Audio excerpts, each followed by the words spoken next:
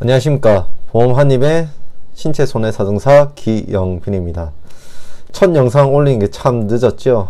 영상 올리는 부분이 올려야지 하면서도 못 올렸던 것 같습니다. 오늘 처음 유튜브 촬영 주제는 실손에 대해서 얘기를 해볼까 해요. 요즘 백내장 관련해서 이슈도 많고, 맘모톰이라든지 하이프, 4월 달에 이제 금융감독원에서 가이드라인이 나온다고 합니다. 그래서 그 전에 이제 청구하시는 분들은 아마 지금 지급되지 않고 이제 조사가 나와 있거나 그러신 실정일 겁니다. 제가 이제 보상 교육을 다녀보면서 3월 초까지는 이제 지급이 다 되셨다고 해요. 왜냐면 이제 보험회사에는 거의 30일까지 이제 처리를 해줘야 되는 그런 부분이 있기 때문에 아마 지급을 했던 것 같고, 3월 중순부터 이제 청구하셨던 분들은 지금 계류가 되어 있을 겁니다. 현재 3월 말까지 금융감독원에서 보험회사와 협의해서 백내장을 4월부터 어떻게 처리할 건지 가이드라인 또는 조정례가 나올 것 같고요. 그 부분은 일반인들한테도 공개가 되지 않을까 싶습니다. 그러면 왜 이슈가 되었는지 한번 말씀드려 볼게요. 여러분들 백내장 진단을 하려면요, 일반적으로 검사 총 3가지를 해요. 산동검사, 그리고 안저검사, 마지막으로 세극등 현미경 검사가 있는데요. 제일 중요한 거는 아무래도 세극등 현미경 검사입니다. 세극등 현미경 검사 같은 경우에는 이제 총 1단계, 2단계, 3단계 올라갈수록 중하게 되는 부분인데, 세극등 현미경 검사 3단계에 해당이 되어야지 지급 가능 여부를 검토를 하고 있고, 3단계에 해당이 되지 않으면 면책을 하고 있습니다. 지금 예전 16년도, 17년도 제가 하나에서 현장 조사할 당시에는 그런 기준은 특별하게 없었어요. 기존 급여렌즈와 이제 비급여렌즈 차액 부분에 대해서 원무과에 질문을 하고, 이제 치료 목적인지, 그리고 이제 유의병원으로 지정된 병원에는 특히나 좀 깐깐하게 심사를 진행을 했었습니다. 그래서 모 안과에서는 이제 대표 원장이 저를 불러서 이번 건은 좀 묻어주면 안 되겠냐, 그런 식으로 얘기를 한 적도 있어요.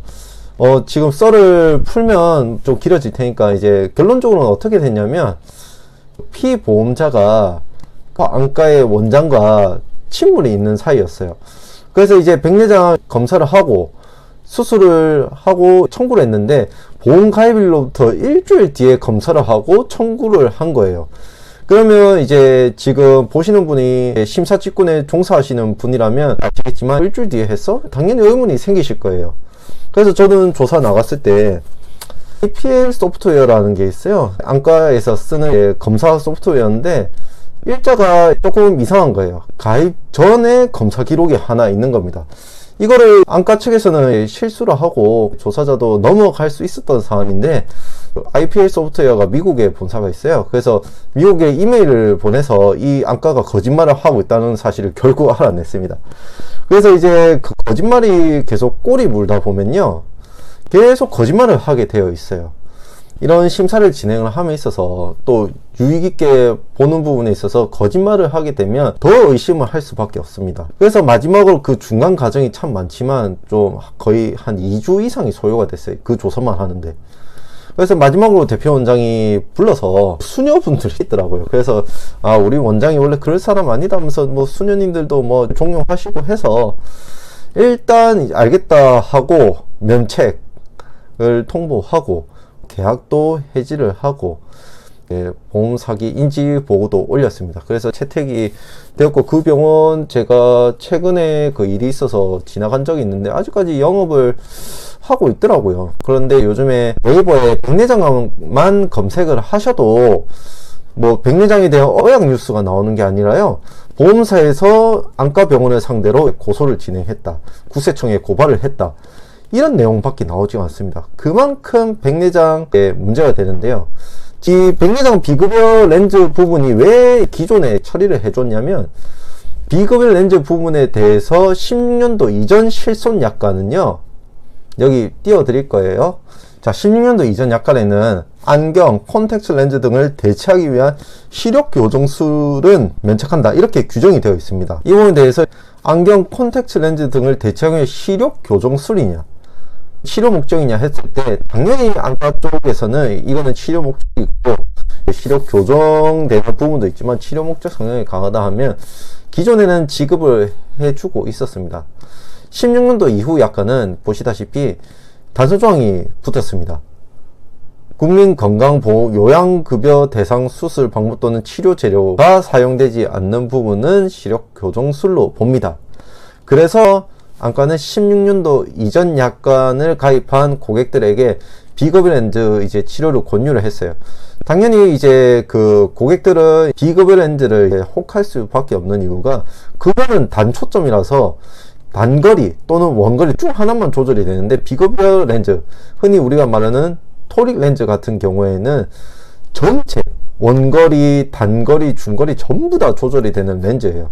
사실 이제 실손 여부 불문하고 나는 이제 평생 시력을 단거리, 장거리, 원거리 부분에 대해서 보존을 하고 싶다 하면 실손 되건 안 되건 하실 겁니다.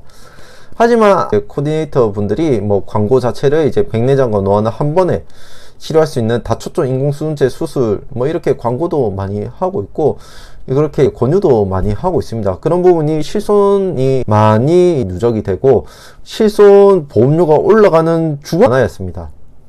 그래서 보험사에서는 지급을 하지 않겠다는 부분은 아니고요. 선의의 가입자들이 치료를 받을 수 있도록 심사 기준을 강화했다고 보는 게 맞을 것 같습니다. 그 일례로 최근 작년에 현대해상에서 승소한 사례도 있습니다. 일부 발췌를 하자면요. 질병 입원 의료비, 질병 통원 의료비 차이가 뭔지 아십니까? 질병 통원 의료비는 외래 25만원 한도 내에서만 보장이 되고요. 질병 입원 의료비는 한 질병당 5천만원 또는 가입금액 기준으로 한도 내에 보상이 되고 하루에 얼마를 치료를 받든 제한이 없습니다. 안과에서 수술을 한 이후의 영수증을 보시면요. 지금 백내장 수술 한 부분에 대해서 포괄수가 진료비로 이제 계산을 해오고 있습니다. 포괄수가 진료비는요. 국민건강보험공단에서 인정하는 6시간 병원에 상주하면 입원으로 보지만 이 포괄수가 진료비는 입원인지 통원인지 분간을 할 수가 없습니다. 현대해상에서 승소한 내용은요. 백내장 수술 이후에 총 6시간 상주를 할 이유가 없다는 겁니다. 질병 입원 의료비가 아닌 질병 통원 의료비로 판단을 해야 된다는 겁니다. 서울 쪽 안과들은 한쪽 해서 500만원 청구를 하면 하루에 질병 통원 의료비로 하면 25만원 밖에 보장을 받지 못하는 거예요. 아마 4월 달에 그 기준이 적용이 되지 않을까 싶습니다. 보상교육을 다녀봤을 때 지금 청구하지 못하고 기다리고 계신 분들도 있고 청구를 해놓고 계속 조사가 나오기 때문에 결과를 기다리시는 분도 많아요. 어쨌든 이제 지금 결국에는 4월 달에 모든 정리가 될 거고 그 중에 하나가 백내장입니다. 그래서 제가 오늘 말씀드리고 싶은 부분은요. 이제 지금 가입하신 구독자분들 또한 알고리즘으로 들어오신 분들은 백내장 수술 예정이시거나 수술하신 분 청구 예정이신 분들은 꼭 참조하시고요. 자, 그래서 오늘의 보험 한입은 이만 마치도록 하고 어떤 주제를 다뤄줬으면 하는 분들 제보 주시고요. 그리고 본인이 좀 개인적으로 궁금하다 그러면 아래 폼에 작성해 주시면 제가 수임 여부 불문하고 답장을 메일로 또는 남겨놓으신 연락처로 답변을 드리도록 하겠습니다. 감사합니다.